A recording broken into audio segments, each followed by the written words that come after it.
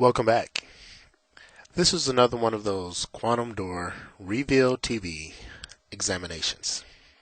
Today we'll be talking about the reality of hell versus the reality of non-condemnation. Now, this is a very important subject matter, especially for the Western world. Many individuals, I'll even start with myself. I know that the majority of my life, I lived a life of a Christian, and I've explored other religions, seeking the truth and finding out, some of the things that they also have to offer as far as not just enlightenment, but also from the standpoint of just knowing how me as an individual kind of deal with this world. And even the thought of, worlds to come, if that's the possibility. In some of my examinations, I found that you do have certain writings that have sprung up in the 1500s referencing hell or a damnation of hell or whatever the case may be. You have things like the King James Version of the Holy Bible. You have the Quran. And I believe you have some of the information even in the Ghost Show that has to do with Buddhism. And you could read some of this material, and it delineates the difference between a more cheerful or happier presence versus a not so cool presence, which is, burning in hell. Unfortunately, as you do more investigations and you find out that the codex or the homilies or the Bible, the Quran, the Ghost Show, that a lot of these materials are materials that has been brought into existence within the last 400 years or so.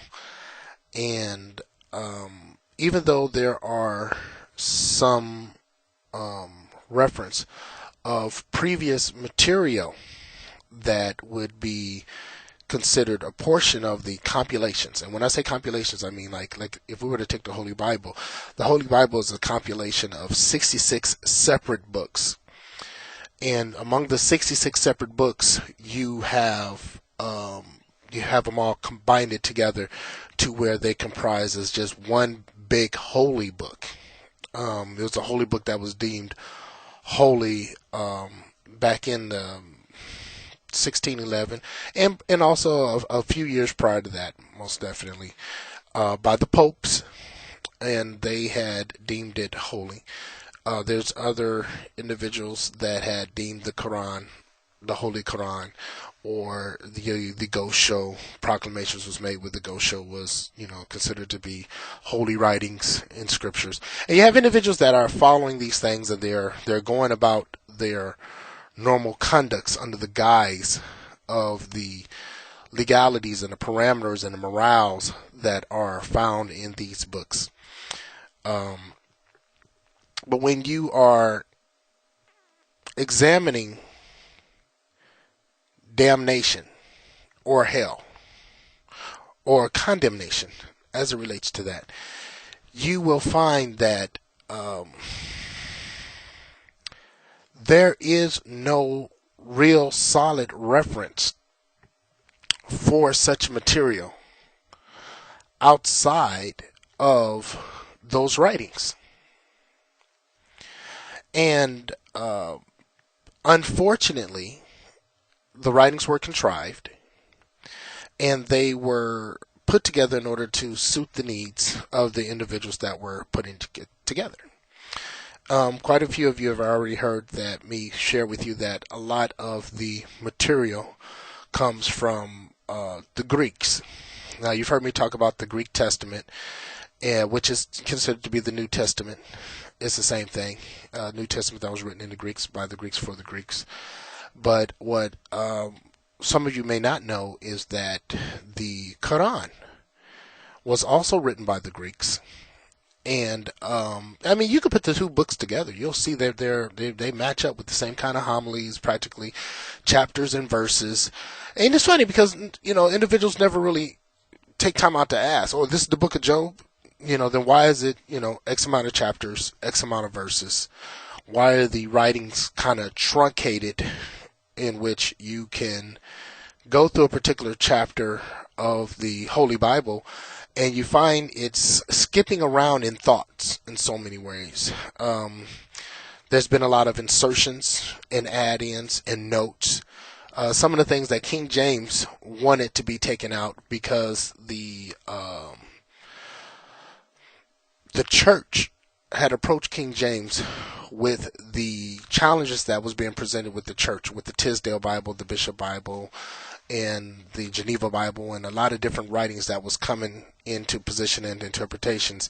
The church felt threatened that certain information would be exposed or mistranslated, and they really sought the assistance of the king to insert his political power and bring about a certain measurement of authority of what would be considered to be read by laity, and what will be exposed and what won't be exposed.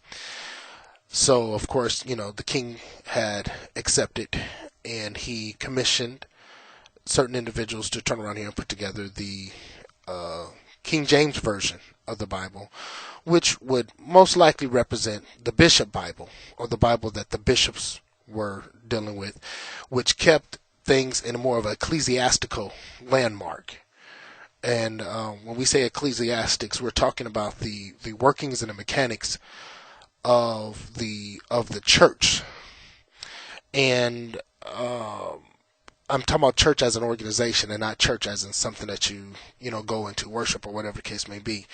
So there's a lot of writings in the New Testament that reference a lot of submission from the individuals that's participating in Christianity, that they submit to the church, and that they work on their